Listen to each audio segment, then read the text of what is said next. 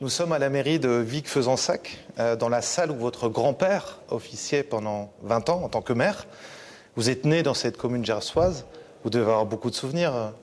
Énormément, énormément. À la mesure de l'émotion que je ressens aujourd'hui en revenant sur la terre qui m'a vu naître, mais où j'ai quand même passé les 18 premières années de ma vie, et on va même dire les 14 complètement, puisque j'y suis allé à l'école et au collège. Il n'y avait pas de lycée à Vic, mais en fait j'ai fait tout le début de ma vie et de ma vie scolaire ici à Vic-Fezensac, et j'y étais très heureux.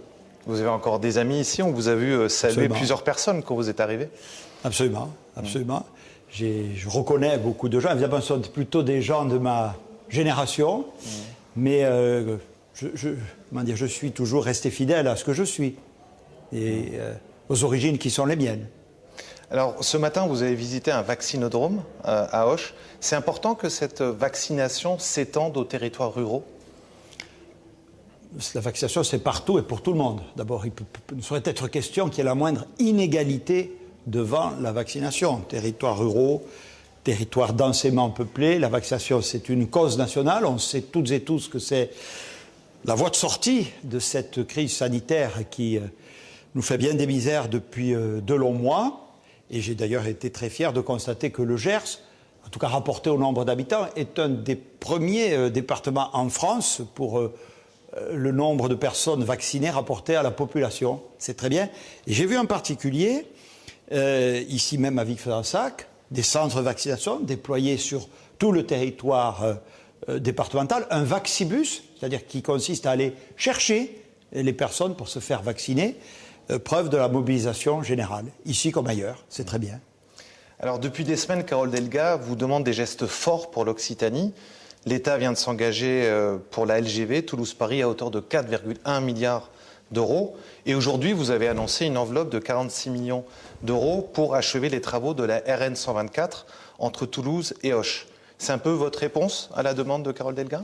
Alors je travaille fort bien avec Madame la Présidente de région, mais je n'ai pas attendu qu'elle me sollicite pour agir pour l'Occitanie, pour le pays en général, pour l'Occitanie en particulier. En fait, de quoi s'agit-il? Il s'agit de mettre en œuvre le plan de relance. Vous me posiez tout à l'heure la question de la vaccination. On voit bien que là, on est dans une période où on espère tous, par nos efforts collectifs, passer de temps difficiles vers une relance, vers une rouverture, vers une vie nouvelle, en restant vigilant, en restant prudent. L'épidémie n'est pas terminée. Mais le moment est venu de repartir. Et nous avons fait pour cela, l'État, un plan de relance extrêmement ambitieux. Et je suis très heureux de constater que les collectivités territoriales, la région Occitanie, notamment le département du Gers, dans lequel je me trouve, toutes tendances confondues, se sont mis d'accord avec l'État pour donner encore plus de puissance à ce plan de relance. Ce plan de relance, il a plusieurs axes, dont un auquel je suis très attaché, la cohésion sociale et territoriale. La cohésion sociale et territoriale. Donc effectivement, votre question posée sur les transports, sur les infrastructures, qui ont un rôle majeur pour désenclaver des territoires, pour concourir à leur développement économique, il fallait que l'Occitanie bénéficie à plein de ces outils, de cette relance, ne soit surtout pas laissée à l'écart. Et c'est le sens, effectivement, des annonces que j'ai faites. D'abord sur la LGV, qu'il s'agisse de Bordeaux, Agen, Toulouse, ou de Montpellier-Perpignan, et puis dans le Gers, ce matin, effectivement, la RN 124. Permettez-moi de vous le dire, qui pour moi est symbolique. Vous faisiez allusion tout à l'heure à mon enfance gersoise. Aller à Toulouse, je ne dis pas que c'était un calvaire, mais c'était très difficile. Je me souviens encore des bouchons à Léguevin, à l'île Jourdain, etc. Je me suis dit, bon, cet axe, il a progressé, sa mise à 2 fois 2 voies s'est faite de manière progressive. Il faut terminer le travail. Donc il restait une section, vous savez qu'il y en a une qui est en travaux, le contournement de Gimont. Il y avait une section à faire, Gimont, l'île Jourdain. J'ai dit, je vais débloquer les crédits. Je remercie le conseil régional, le conseil départemental de s'être associés à l'État. Et donc nous allons, à l'échéance 2026-2027, enfin avoir une 2 fois 2 voies entre Toulouse et Auch. Au-delà des travaux que ça va générer, des emplois pour les travaux publics, etc., c'est un symbole. Voilà. Il ne faut plus qu'il y ait de territoire oublié par la République. La LGV, ça en fait partie aussi? La LGV en fait partie aussi. Bien sûr, on sait que Toulouse, capitale de l'Occitanie, est mal desservie. Elle l'est par la voie aérienne, mais par la voie ferroviaire, c'est plus difficile. Donc il fallait accélérer ce chantier. Nous nous sommes donné tous les moyens pour que son démarrage puisse commencer avec ce qu'on appelle les nœuds ferroviaires au nord de Toulouse et au sud de Bordeaux, dès 2024, et non pas en 2029, comme cela a été prévu lorsque je suis arrivé à Matignon. Vous avez évoqué le plan de relance, donc de 100 milliards d'euros pour la France pour 2 ans. 1,7 milliard ont déjà été investis en Occitanie. Quels autres secteurs, au-delà des transports, sont prioritaires selon vous? Prenons la santé, qui est un sujet d'actualité.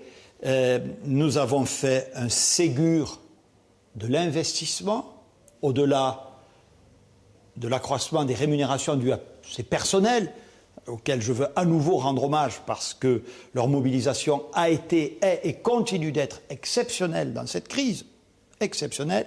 Donc il fallait les reconnaître et il faut aussi améliorer notre offre de soins. Je suis dans le Gers, j'ai annoncé déjà qu'à hauteur de 13 millions d'euros, nous allons reprendre une partie de l'endettement des établissements de santé gersois et puis nous allons décider d'investissements nouveaux pour améliorer la prise en charge sanitaire de nos concitoyens. Et le plan de relance va ainsi se déployer partout. On va par exemple refaire une usine de production d'eau pour toute l'agglomération occitane. On va faire des travaux à la cathédrale d'Auch. J'insiste, je suis à Vic, je veille aussi, ça c'est un grand progrès, qu'il n'y ait plus de zones blanches, que le très haut débit avec les collectivités territoriales se déploie partout. On m'a expliqué qu'à Rozès, vous voyez, je cite la petite commune de Rozès, mais il n'y a pas de petite ou de grande commune pour l'État.